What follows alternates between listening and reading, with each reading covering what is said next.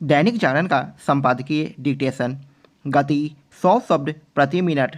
Start होगा 5 second बाद।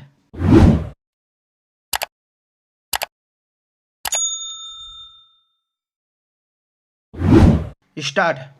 यह अच्छा हुआ कि भारत सरकार धान की जगह दालें, मक्का और कपास उगाने वाले किसानों से न्यूनतम समर्थन मूल्य यानी एमएसपी पर उनकी पूरी उपज खरीदने की योजना लागू करने जा रही है। यह वही योजना है जिसका प्रस्ताव केंद्रीय मंत्रियों ने पंजाब के किसान संगठनों को तब दिया था जब वे अपनी मांगों पर जोर देने के लिए दिल्ली कूच की तैयारी कर रहे थे।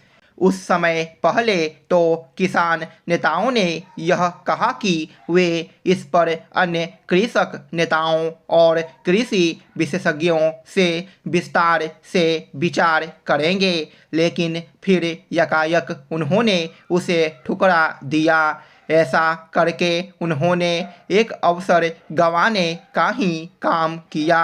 यह उचित ही है कि पंजाब के किसान संगठनों की बेरुखी के बावजूद केंद्रीय मंत्री पीयूष गोयल ने यह स्पष्ट किया कि इस योजना को अगले सीजन से देश भर में लागू किया जाएगा। ऐसा करने की आवश्यकता इसलिए थी क्योंकि एक तो पंजाब के किसान संगठन देश के सभी किसानों का प्रतिनिधित्व नहीं करते और दूसरे, यदि कोई उपयोगी योजना किसी राज्य विशेष के किसानों को रास नहीं आ रही तो इसका यह अर्थ नहीं कि उससे शेष देश के किसानों को भी वंचित रखा जाए।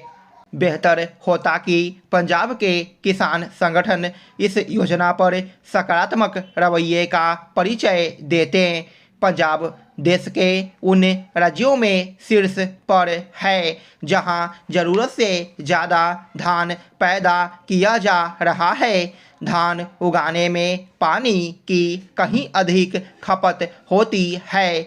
पंजाब के किसान इससे भली तरह अवगत हैं कि भूजल के अत्यधिक दोहन से उसका स्तर नीचे जा रहा है, लेकिन वे पानी की कम खपत वाली फसलें उगाने को तैयार नहीं।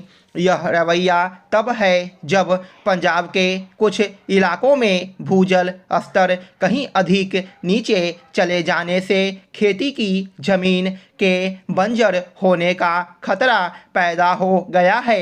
इस खतरे की अनदेखी का कोई औचित्य नहीं, लेकिन दुर्भाग्य से ऐसा ही किया जा रहा है। देश के किसी भी हिस्से के किसान हों, यह ठीक नहीं कि वे उन फसलों को उगाने की जिद पकड़ें जिनकी मांग कम है और जिनमें पानी की कहीं अधिक खपत होती है। मक्का और कपास के साथ मसूर, उड़द एवं अरहर की खेती में केवल कम पानी का इस्तेमाल ही नहीं होता, बल्कि उनकी मांग भी अधिक है। यह एक तथ्य है कि देश को दालों का आयात करना पड़ता है, जिसमें अच्छी खासी विदेशी मुद्रा खर्च करनी पड़ती है। दलहन जैसी स्थिति तिलहन की भी है। निसंदेह एक समय था जब गेहूं, धान की खेती को प्राथमिकता देना आवश्यक था, लेकिन अब स्थिति बदल चुकी है और समझदारी बदलते वक्त के साथ कदम मिलाने में ही है। केंद्र सरकार के साथ राज्य सरकारों को चाहिए कि वे अपनी योजनाओं के जरिए किसानों को वही फसलें उगाने के लिए प्रोत्साहित करें जिनकी मांग अधिक है और जो पर्यावरण के अनुकूल भी हैं। बिहार लघु उद्योग योजना शुरू हो गई है।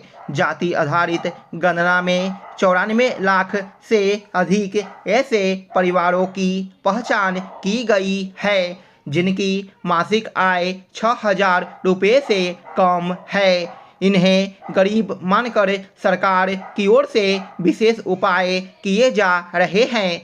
ऐसे परिवारों को किस्तों में 2 लाख रुपए दिए जाएंगे ताकि परिवार के सदस्य छोटा उद्योग स्थापित कर अपनी आर्थिक दशा सुधार सके। बिना किसी संदेह के कहा जा सकता है कि सरकार की योजना अच्छी है, मंशा अच्छी है, लेकिन लगे हाथ सावधानी की भी ज़रूरत है।